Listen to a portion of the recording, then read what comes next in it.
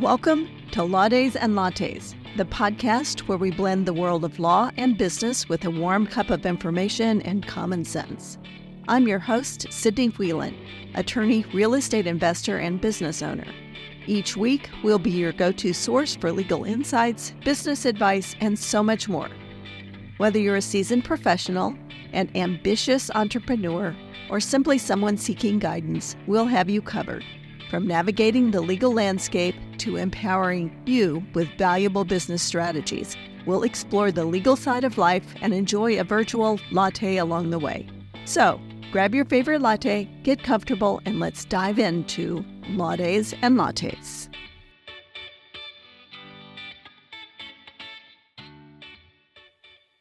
Welcome back to Law Days and Lattes.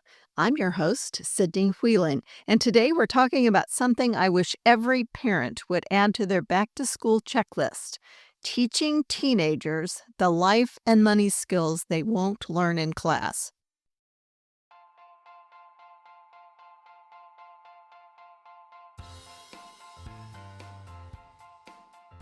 Back to school isn't just about supplies, schedules, and sports. It's also the perfect time to start teaching your teens some real-world money lessons that will carry them far beyond high school.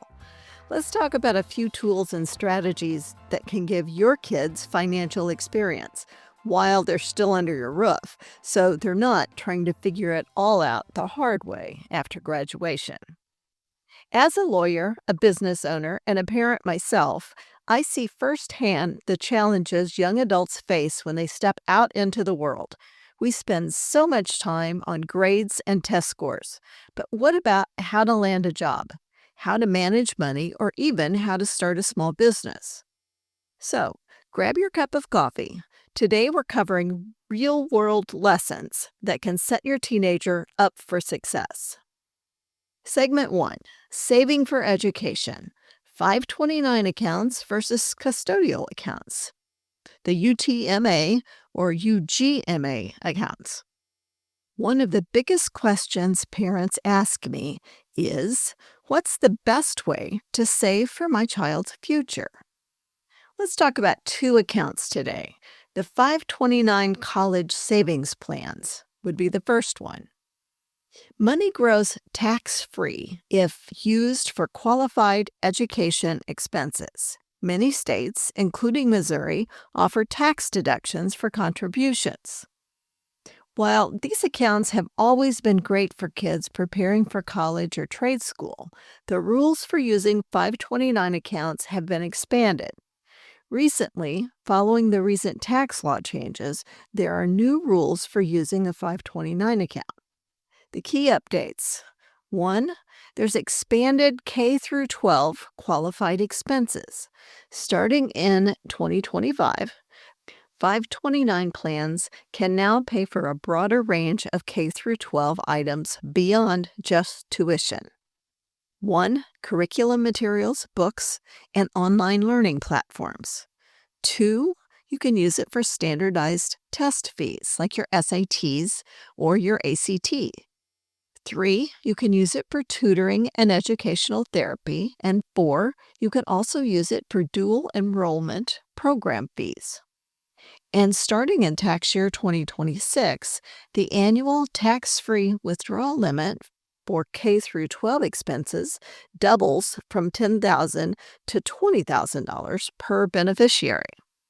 Next, you can also use it for career and credentialing programs. You can now use 529 funds for post-secondary credentialing, licensing, and vocational training, such as tuition, testing fees, materials, and required equipment. It also includes credentials like CPA, bar exam, trade programs, for instance, welding and HVAC programs. The other existing uses remain intact, such as continued coverage for higher education, registered apprenticeship programs, and up to $10,000 lifetime student loan repayment per beneficiary. And you can roll over remaining funds to a Roth IRA. Under the Secure Act 2.0, which was enacted in 2023, Up to $35,000 of unused 529 funds can be rolled into a Roth IRA. There are a few rules that apply. The account must be open for 15 or more years. The rollover amount must have been in the plan at least 5 years. And it's subject to annual Roth IRA contribution limits and earned income requirements. There is also quite a bit of beneficiary flexibility and control.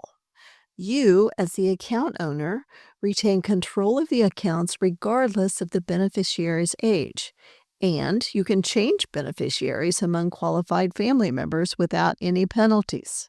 Next is the gift tax and superfunding abilities.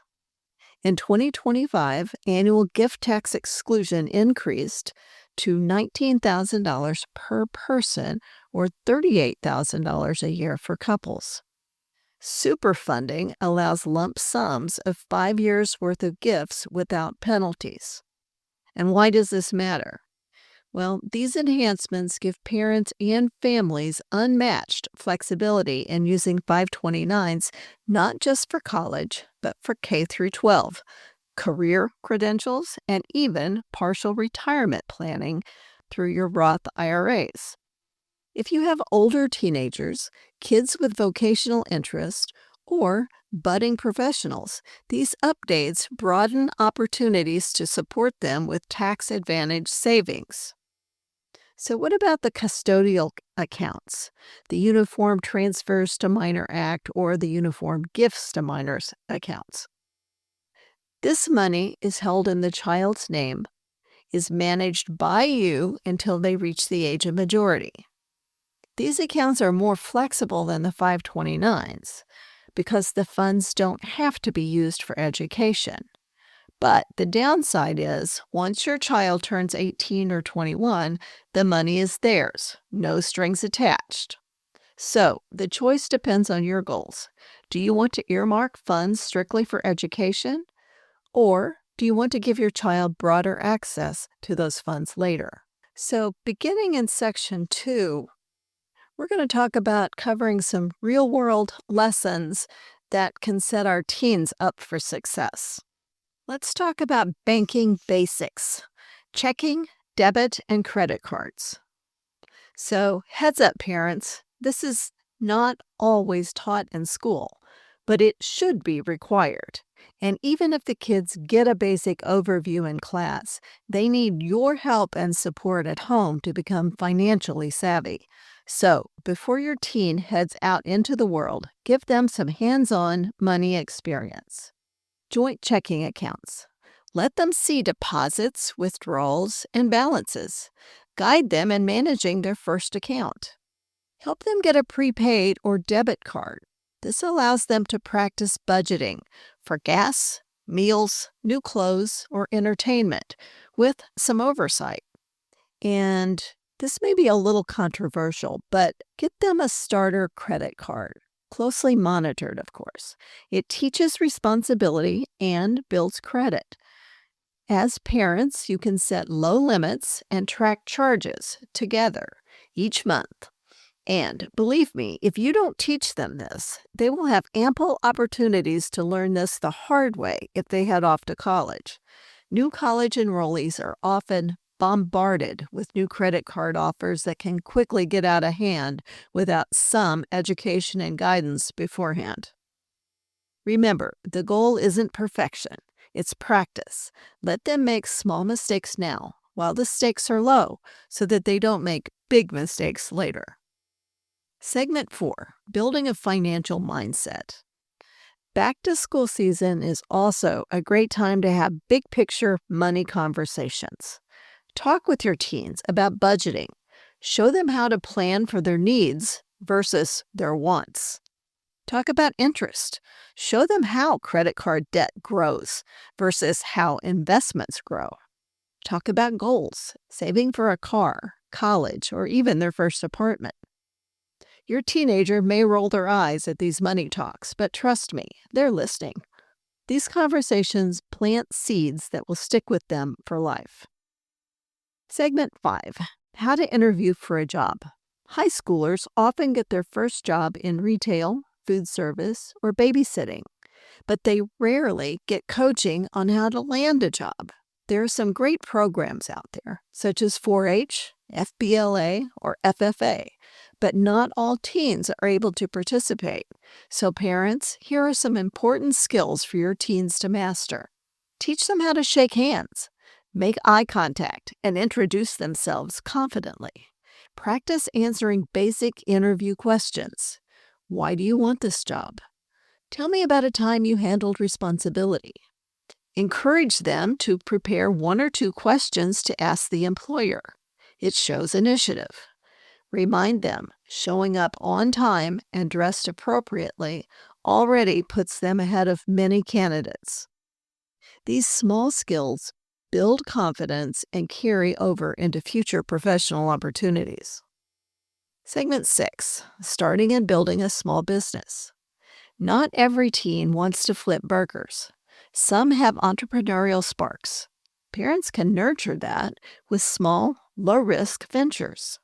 Some examples: mowing lawns, pet sitting, baking, selling crafts, even reselling items online. When I was a teenager, many, many years ago, I quickly learned that having some extra spending money meant that I had a little bit more independence. I didn't have to ask my parents for gas money or for that new pair of jeans that I had my eye on. I had a plethora of side gigs, from waitressing at a local cafe, cleaning homes and offices on Saturday morning, sewing and doing alterations for a local men's store, and tutoring younger students after school. Teach your kids the basics. For instance, pricing their services, and remind them, don't undercharge. Track their expenses and income. Teach them marketing to their network, their neighbors, friends, community groups. For advanced teens, explain how businesses grow into LLCs or side hustles with real potential. This not only teaches money management, but also creativity, responsibility, and customer service. Segment 7, building a financial and entrepreneurial mindset. Teach your kids that every dollar has a job.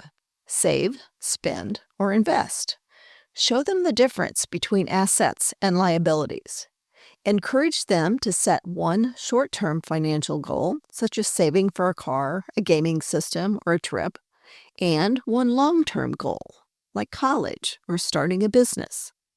Expose them to positive money role models, podcasts like this one, books, even your own story of building a business and investing. In this last segment, Segment 8, investing early, Roth IRAs for teens.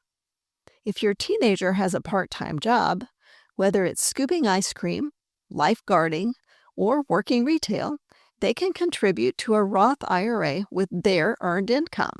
So, why is this so powerful?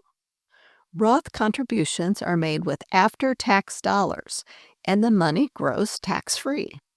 A small contribution as a teenager has decades to compound.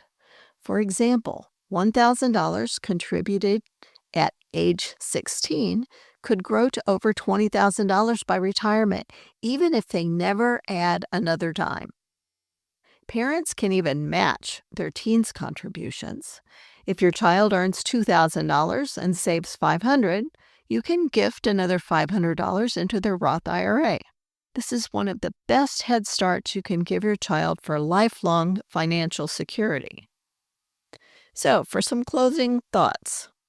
At the end of the day, back to school is about more than academics. It's about preparing your teenager for adulthood by giving them practical skills, saving, investing, interviewing, even starting a small business. You're not just preparing them to pass tests. You're preparing them to succeed in life. So this school year, add some of these lessons to your family routine. It might just be the most valuable education your child ever gets. Thanks for joining me for this episode of Law Days and Lattes. If you found these ideas helpful, share this episode with a friend who's also raising teenagers. And remember, financial success starts with planning, not just for our kids, but for ourselves. Grab my free estate planning reflection sheet in the show notes to start your own family's legacy plan. Until next time, my friends, I'm Sidney Wheelan, founder of the Wheelan Law Firm, now serving North Central Missouri families in 2 convenient locations in both Moberly and Carrollton. So, especially this time of year, with back to school on everyone's mind, take a few moments to enjoy your favorite cup of coffee, have fun with all of your family activities, and keep living boldly.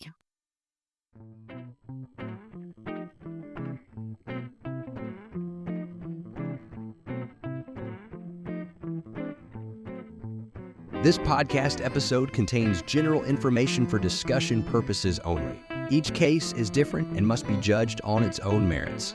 Missouri rules generally prohibit lawyers from advertising that they specialize in particular areas of the law. This show should not be construed to suggest such specialization. Nothing on this show should be taken as legal advice for any individual case or situation. This information is not intended to create an attorney-client relationship, and the listening or viewing of this podcast does not constitute an attorney-client relationship. The choice of a lawyer is an important decision and should not be based solely upon advertisements.